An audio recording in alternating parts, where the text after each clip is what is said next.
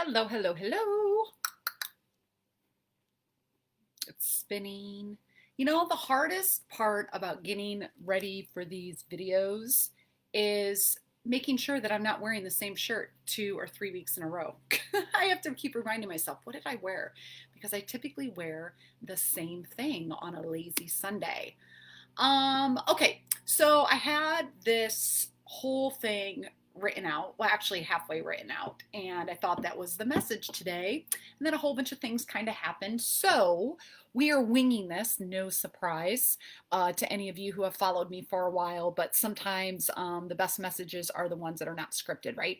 So if you're on live, say hi, tell me where you are watching from. That's cool. If you're watching this recording, hello, whether I'm in your car, on your walk with you, or maybe having breakfast with you. Thank you for joining.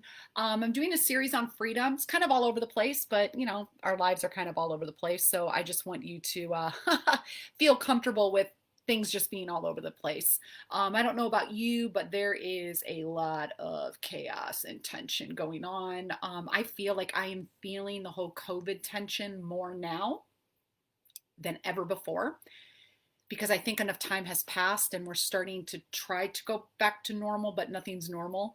And everybody's rubbing up against their preferences and their ideas and, who's right and who's wrong. And it's just a little bit crazy. So, again, say hi if you're on live. I'd love to know who's on here with me. But tonight I wanted to talk about freedom from perfection. I'm kind of hitting on some things that are tried and true foundations of what I have always shared about in the Healthy Edge. We talked about having freedom in your environment and keeping a safe environment. And sometimes we just need to be reminded of these things. And sometimes when I find myself in confusion or an overwhelm or feeling just, I go back to the basics. It's not that I really need any more new information. It's not that I need something more than what I already have. A lot of times it's that I've complicated the process and I've made it a little bit too whatever, and I just need to go back to the basics. So one of the basic things that I was delivered from around the age of 28, and it's an ongoing process, is this idea of perfectionism. And I want to talk about it, and I want to talk about it really real and raw and authentically. And so maybe this resonates with you, maybe it doesn't, maybe you just think I'm crazy. That's okay. I'm okay with you thinking that I'm crazy. But this whole idea of perfectionism, I don't know when it first gets planted in us. I think it's a cultural thing. I think we look around and very early on we're giving images in magazines and movies, and we also observe the people around us, and who's pretty and who's thin and who's successful and who gets more attention and this and that. And we're also treated based on the things that are maybe perfect in us. I know that I'm watching already how many people react to Berlin with her eyes and her hair. Constantly she is being told, you have the most beautiful hair, you have the most beautiful eyes. No, those are true statements. I think they're beautiful as well, but I can see that when that is the thing that you're identified with all the time, you're told everywhere you go, people that don't even know her, she's getting the same message over and over and over again. I can see how all of us growing up, there were certain things that were pulled out, that we did really well, that looked really well on us, that were just part of how we were created. And a lot of times we kind of lean on that identity. We lean on, okay, that is what makes me me. And then as we get older, maybe those things change. Like I had Berlin's hair when I was younger, and now it's this dark color that's coming in, not the gray, the dark. That went away. People who are thin and they're told they're thin their whole life, and then that goes away. And so we start to feel like there's this standard that we have to go for. So whether it's a standard of something that we have come from and already had, or it's just the standard of maybe what we saw our mom be, what we saw our best friend be, what we saw that lady who was the neighbor that I really wanted to be like. Somewhere along the line we make a decision that we're not enough, right? That we need to be more than who we are. We need to work on ourselves. Now, there's nothing wrong with working on ourselves. Okay? There's nothing wrong with that. I am all for personal development. That's why you're part of the Healthy Edge community, because you're on this ongoing journey of growing. But I don't think that personal development is changing ourselves to be something different. I think it's the journey of becoming who we are. And we have to be careful because when we try to change ourselves to be something in the world, it's usually towards the mark of perfection. We're trying to perfect things, we're trying to perfect our body. We're trying to perfect our successes. We're trying to make our house look a certain way. We want our family to look a certain way. And we're looking at these standards and we're trying to get as close to the standards as we can. That is the path of perfection. The path of becoming, I believe, has nothing to do with perfection, because me becoming more of who I am is actually me surrendering to what I'm not. So there are certain things that I'm just not. And becoming is coming to terms with that.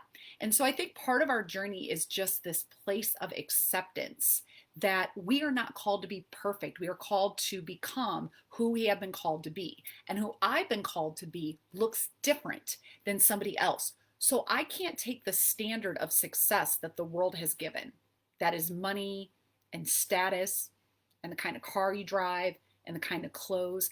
I can't go into that standard because now I'm going to look like the world. Now I'm just going to look like everyone else who's successful or has that. When I become who I am, there is no mold for that. There is no mold of, ooh, I've got to look like that person because that person's who I'm supposed to be. No, this is just Amber Teal. This is just Phyllis. This is just Kelly. This is just whoever. This is your own journey. So the only standard that I can look at is what Christ has called me to be, which is more like him. So that's just really the journey of becoming. And I think this really has freed me and it's come a long way. I mean, perfection used to just be letting go of my bulimia and all of the diet methods that I did and all of the crazy things that I did to try to push my body into submission, to try to make it look like what I thought a perfect body would look like. So when I had that perfect body and I looked perfect, then I would find the man. I would never be rejected. People would like me. I would get women's approval. I would have a group of friends. Like there was all these things that I thought that came with it. And so when I let go of the perfection of that journey, I became free from those behaviors because I don't need those behaviors anymore if I let go of that standard of the world's perfection. That makes sense. So, this whole freedom of perfection, what does that look like? Because I feel like many of us, we still have a standard. We have something that we are measuring ourselves against.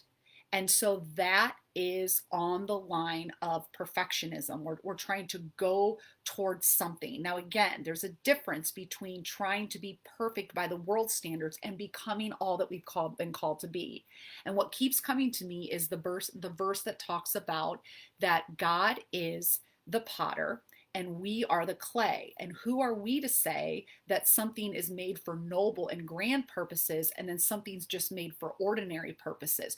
Who are we to say or to judge that? Because we are the clay in the potter's hands. God can do with us what he wants us to do. So I thought that I would be, on Oprah. I thought that would have written 10 books by now. Like there were all these things that was my standard of perfection. Other people that I've seen be successful, these are the measures. You get a book, you're on TV, you're on a big stage, you get paid $20,000 for a speaking event. And some of you probably knew me in that area or in that time frame when like that's what I was going for. And now as a mom, I sit here and I'm like, this is so good. Like God, you made me. Part of my journey of why I'm here is to be this little girl's mom when nobody else is looking, when it's just me and a 4-year-old sitting on the ground. Like you've created me for this, to breathe into her, to teach her, to guide her, to be whole, so that she can have an example that's different than the type of examples that I had. And it's just so freeing to not have to go after a standard. So if you're still locked in bondage of like feeling like you have not arrived, like Amber, I just want to get to this place. This is the place that I need to be. This is the place that I've been trying to get for my whole entire life. This is the place I've been trying to get for the last 10 years in my health journey. I'm going to encourage you to listen to the straight talk and to invite God to free you from this standard of perfectionism. This standard that however it came into your mind is not the standard that you're going to be measured by when you stand face to face with your creator. I always remind myself that when I give account of my life and I stand before my creator, I'm going to have to give account of my life. God is not going to care about how much I weighed. He is not going to care about the cellulite on the back of my thighs. He is not going to care about whether or not I looked good in a bikini in Hawaii. He's not going to care about those things. He's going to care about my heart, what he did with the things that he gave me. And so as I move away from perfectionism and continue to move away from perfectionism, it is so freeing to not have a standard.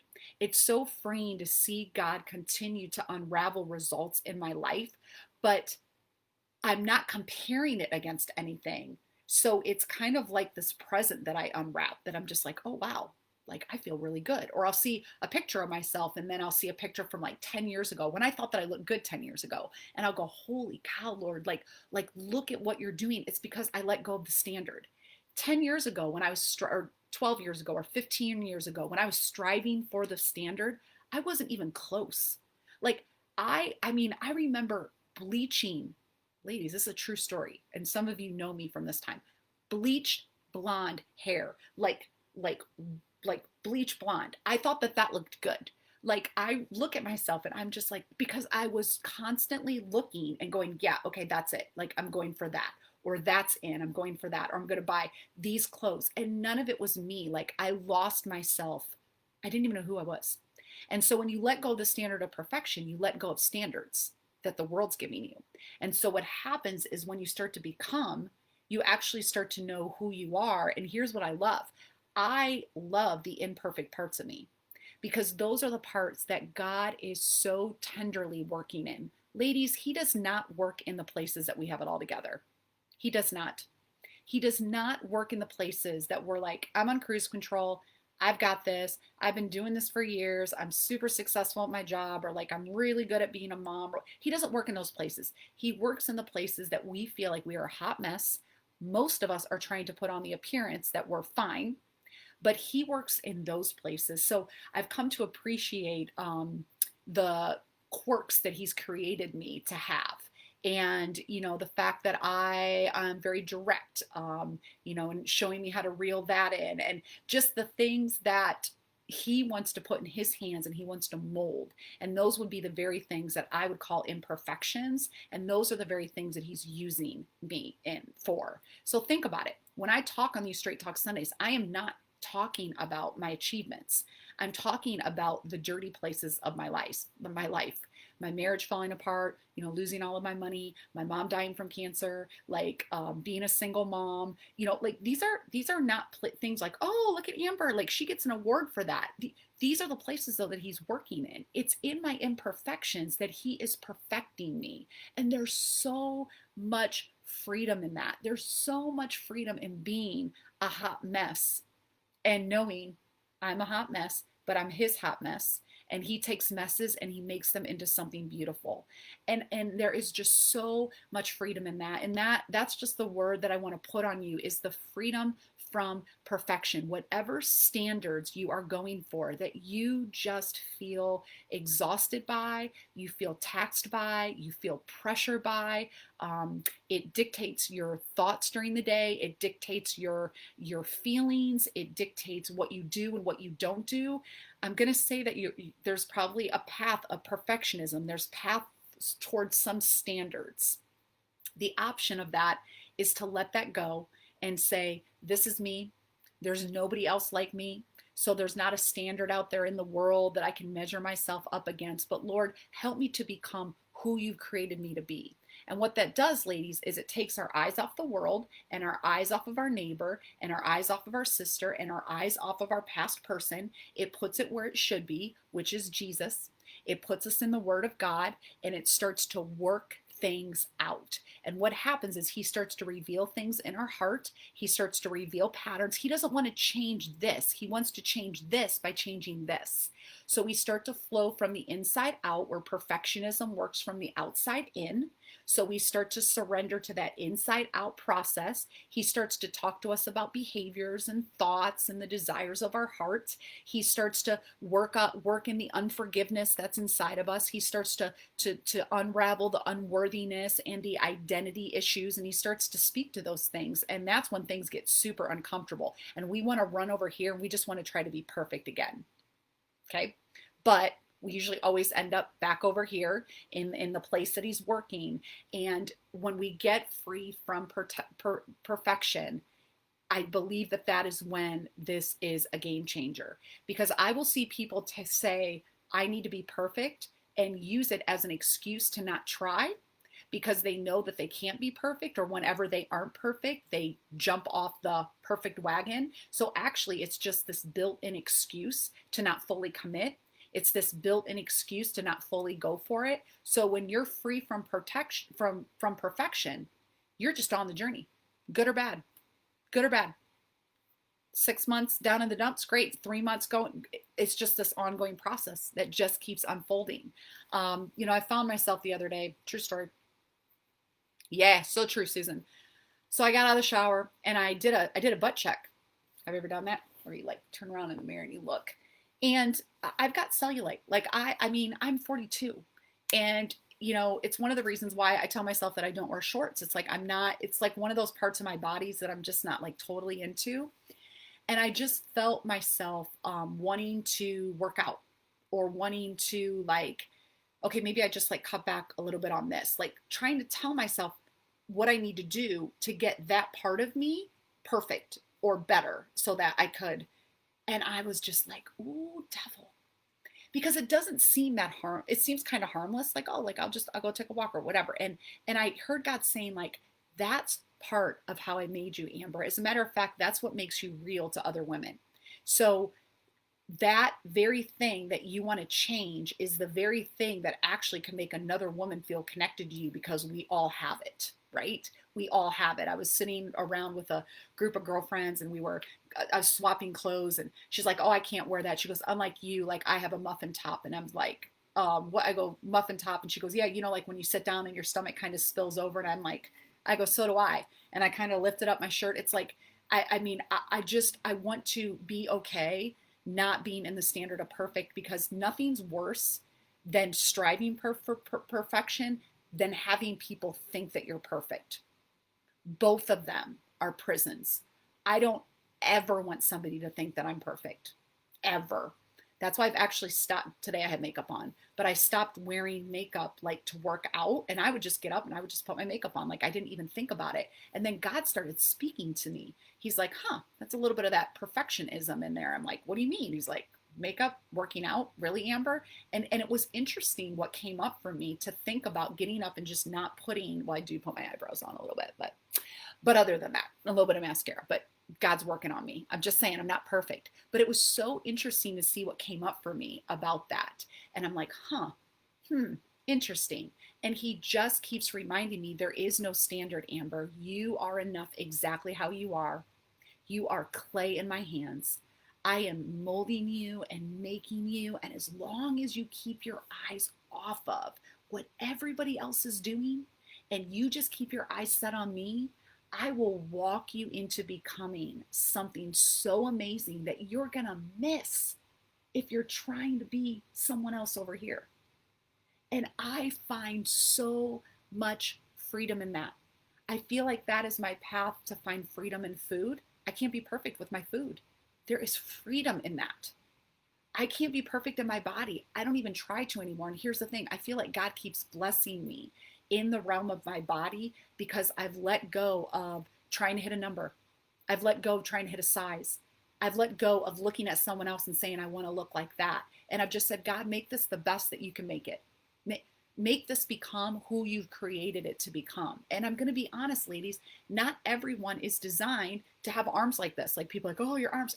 God gave me these, and I'm so thankful for him. He also gave me bigger thighs and cellulite on the back of my legs and little muffin top. He already gave me that. Everybody has certain areas where you're like, oh, thank you, Lord. Thank you. I have a great nose. I have a great smile. I have great eyes. I really love my hair. You know, we all have those little things, but I think it's in the things that we look at the world and we say, oh, but he made a mistake there. And that's not how God thinks. He does not make mistakes. He does not make mistakes. Whether you're Bethany Hamilton and you're missing an arm, or I know Susan's on here and she has two special needs sons, like God does not make mistakes. Nothing is by mistakes. As a matter of fact, the thing that we think about us that's the biggest mistake is actually the most perfect thing about us. And I've just really learned to sit in that.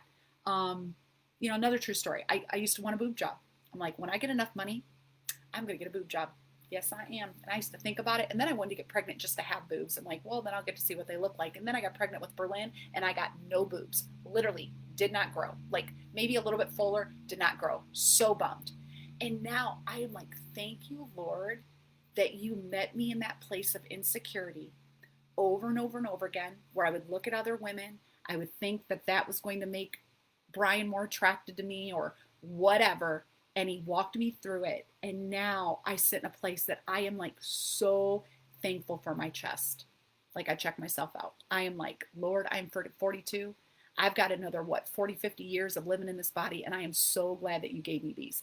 It's stuff like that, ladies. It's the very places that we wanted to change, the very place that we say that we're not imperfect is the very place that if we allow God the time, it will be the part of us that we're like, and that God is perfect because I put it in your hands and you made it perfect. Oh, Susan says, I love you so much, sister. I love you. Your words, so good. Always something that speaks to me. God is good. He is good. So I just want to free the spirit of the spirit to that tempts us to want to go towards a standard. The spirit of perfectionism, that thing that tells us that there's some worldly thing out there that we're striving for, that we would release that. And in releasing that, we lean back into the Lord and we say, Lord, just help me to become who you've created me to become. So we start to turn things over to him and it just starts to work out. And we start to become a person and do things that we never thought that we would have done, that we would have missed if we were over here trying to be this person, or we were over here trying to hit this standard. We would have missed it. We would have missed the very thing that he created us for. So I hope that this freedom of perfectionism, leaning into the Lord, taking those imperfect parts and letting him do his perfect will, gives you a little sense of like, whew, especially in this season where everything's kind of crazy, where we set our eyes, where we put our ears, it all matters right now more than ever. So let's get in the word. Let's give praise to him. Let's let this be stronger than this. Okay, this is the cross, right? It's our relationship with God and it's our relationship with other people. Okay, but we only look to God for our identity and for our self-worth. And we only turn our desires over to him. This does not work, okay, when we're trying to become who God's created us to be. So that is it. Oh, I'm almost 20 minutes. That's where I try to keep it. So anything that hit you, that maybe touched your heart, if you're watching this on the Facebook community, go ahead and just type something in there. Let's be imperfectly perfect, or perfectly imperfect. Let's be perfectly imperfect. Let's admit where we struggle. And I think that's what makes us most beautiful. The most beautiful people in my life are the people that I know all parts of them. And it's like it just gives them so much depth, right? And so much grace and so much more. There's so much more of appreciation because of the authenticity and the vulnerability. Like that's where deep connections are made. And that's where God meets us in those places that we allow him, just like when we allow other people to see those places, they can love us more perfectly. Okay, I think that's it. Later, Gators. I'll see you next time. Until then, see you on the Facebook group. Bye.